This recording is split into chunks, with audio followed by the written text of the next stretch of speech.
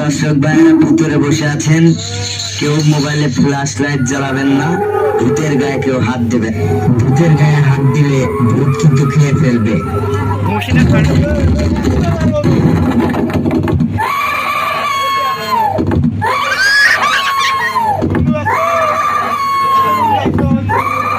আস্তে আস্তে, আর জেলের বাচ্চা খাঁচার ভিতরে থাক, বাহিরে আসিস না।